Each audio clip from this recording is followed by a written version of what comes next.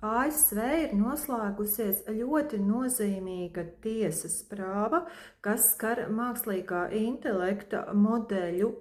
apmācību un autortiesību jautājumu. Tiesā ir panākts izlīgums starp IT uzņēmumu Anthropic un autoriem, izdevējiem, un tas paredz, ka Anthropic, kas ir izmantojis apmācībā šo te dažādu autoru darbus, būs jāmaksā kompensācijās 1,5 miljārdi ASV dolāru.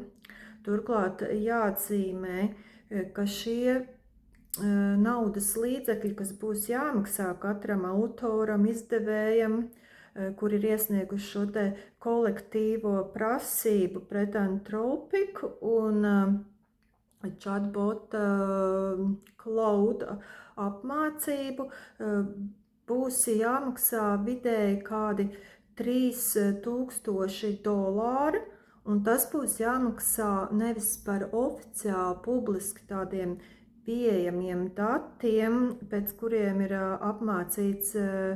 mākslīgā intelekta modelis, bet tieši par to, kur dati ir iegūti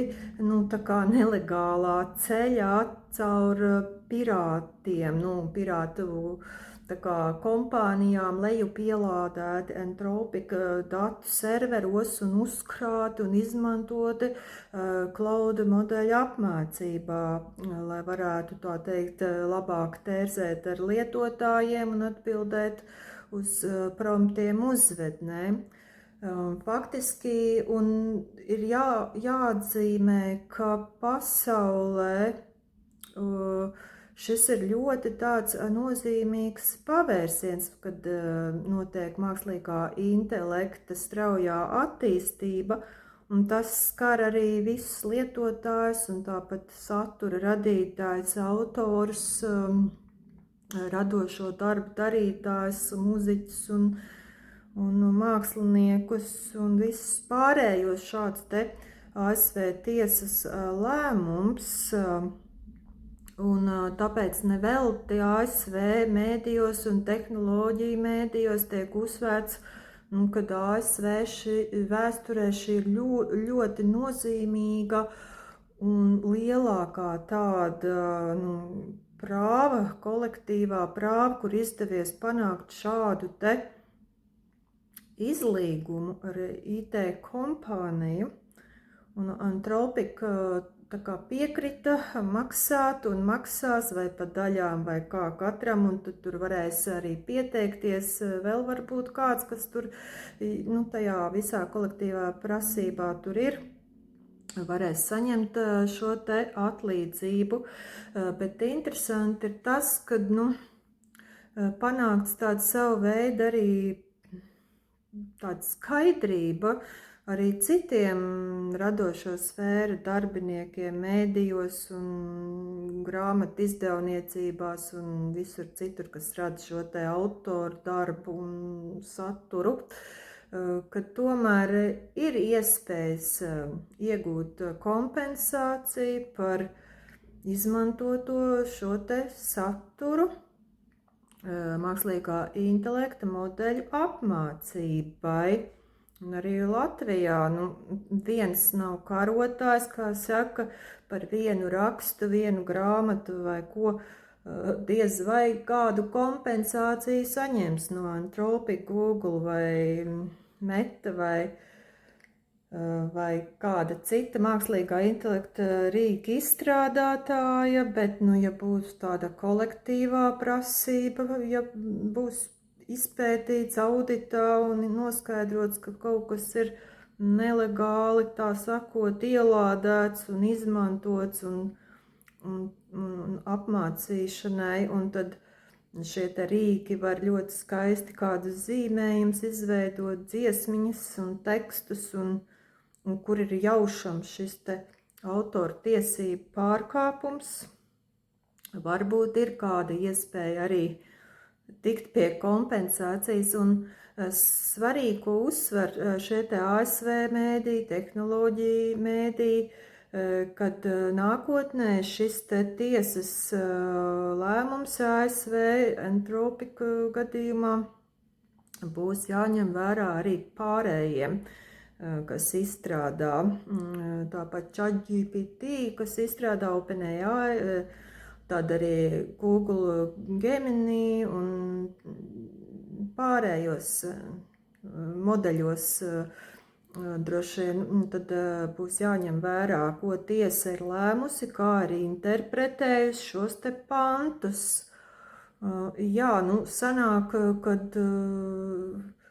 šo te cilvēces intelektu kopējo kolektīvo, šie te mākslīgā intelekta giganta IT uzņēmumi Amerikā ir sekmīgi izmantojuši apmācībā, un sanāk, ka tas īsti nav pa ko viņiem pārmest, tas publiski pieejams, redz un var tikt klāt un apstrādāt un apmācīt. Un tā vēl paši cilvēki tā kā apmāca čatojot, tā sekot uzvednes, rakstot promptus un sarunājoties ar šiem te mākslīgi intelekta rīkiem un dodot uzdevumus tiem un saņemot atbildes un turpinot sarunu un paildzinot un atkal kaut ko varbūt kritizējot, kādas atbildes, kritisko domāšanu pielietojot, arī to visu apmāca šos te mākslīgā intelekta rīkus. Bet tagad tā tiesa ir noteikusi patiešām diezgan skaidras tādas līnijas, ka ja tas ir tāds pirātisms, un izrādās, ka Anthropic ir ielādējis serveros datu savās kopās krātuvēs, uzkrāt datu bāzēs ļoti daudz šo te autoru darbu, kādus 500,000 autoru darbus no šīm te nelegālajām vietnēm. Un sanāk, ka to prasītāji šajā kolektīvajā sūdzībā ASV tiesai, kas pieprasa kompensēt šo te visu, ir gana daudz, un tad katram, gan izdevējam, gan autoram, nāksies tagad Anthropiku maksāt. Un turpmāk šāds te tiesas lēmums ASV IT mega kompānijām, kas izstrādā mākslīgā intelekta modeļus, sistēmas būs jāņem vērā šis te kā tas tālāk būs, un tas nozīmē, ka kaut kāda taisnība pasaulē ir, vai tā bija uzvara beigās tiesā no autora puses autortiesību jautājumā, vai nebija līdz galam, bet tomēr arī, manuprāt, tas ir ļoti liels solis, jo tomēr sanāk, kad šie te gana gudrie IT uzņēmumu vadītāji, vadība,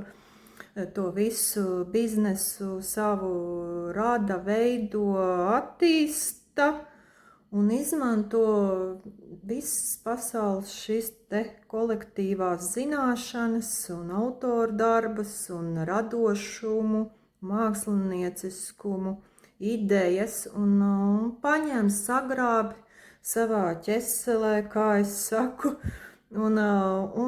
izmanto savā labā nākotnes peļņas gūšanai un arī tagadnes peļņas gūšanai, abonementu maksas veidā, un kas zina, kā būs vēl tuvākajos gados, jo OpenAI vadītājs netieši, neoficiāli ir paziņojis, ka turpmāk un pavisam drīz nākotnē viņš redz to, ka būs jāmaksā par šo mākslīgā intelekta modeļu izmantošanu kā par elektrību pēc skaitītāja. Līdz ar to šis te tiesas lēmums ASV ir svarīgs arī Latvijai, Baltijai, bet tā kā mēs esam maza valoda, un šie te lielie valodu modeļi, ko izmanto ChatGPT, Gemini, Meta izmanto Anthropic Cloudā un Perplexity un citur, tur ir lielāka iespēja kādas kompensācijas iegūt tieši lielajām valodām, angļu, vācu, franču, spāņu un citām, bet latviešu valodā, jā, ja teiksim, noslēdz šo te ļoti lielos dati jau ir iegūti, jau ir apmācīti, jau cik tad gadi ir jau iet šī te mākslīgā intelekta izmantošana rīku, un ko mēs jau zinām, izmantojam arī Latvijā, 2 gadi, kādi vairāk, varbūt kāds ilgāk. Un tad sanāk tā, ja noslēdzam šo te pieeju, nu tā, ka netiek klātie modeļi, mākslīgā intelekta modeļi, izstrādātāji netiek klātiem datiem, oficiāli, kas ir vai mēdīju raksti, vai autoru darbi,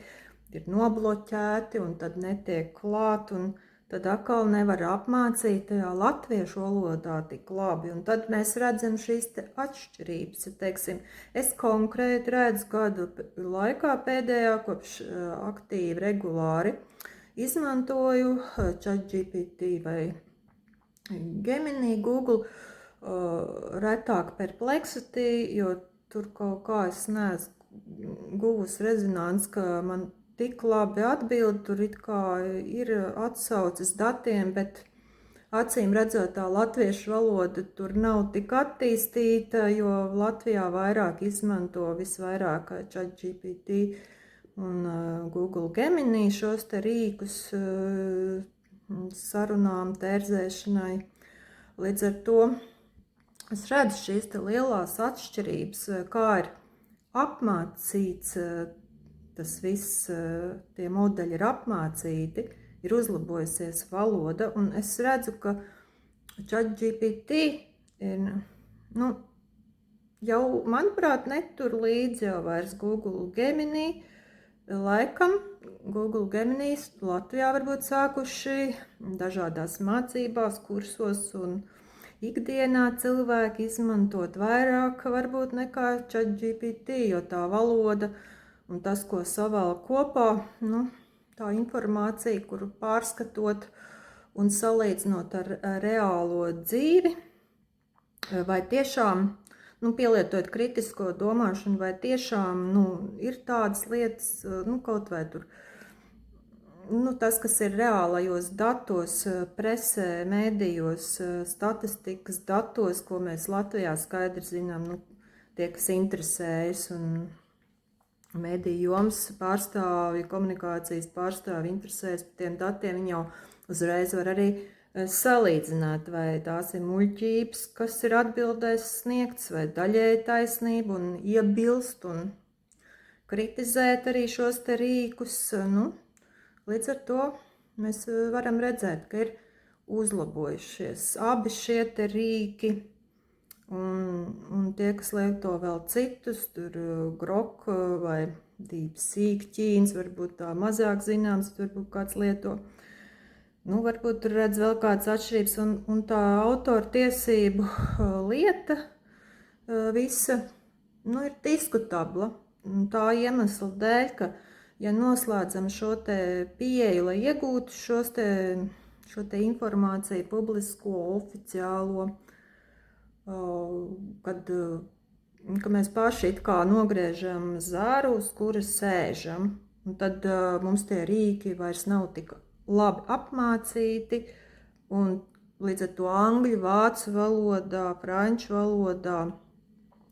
varbūt tas viss tās atbildes ir labāks, un tie, kas salīdzina, kā atbild angļu valodā, vācu valodā, latviešu valodā, beigās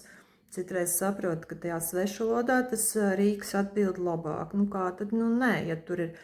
miljoniem iedzīvotāji, cilvēki visā pasaulē izmanto, un cik tad ir latviešu valodas runātāji un izmantotāji, cik tad mēs te maz esam te palikuši, gan uz vietas Latvijā, gan vispār pa visu pasauli.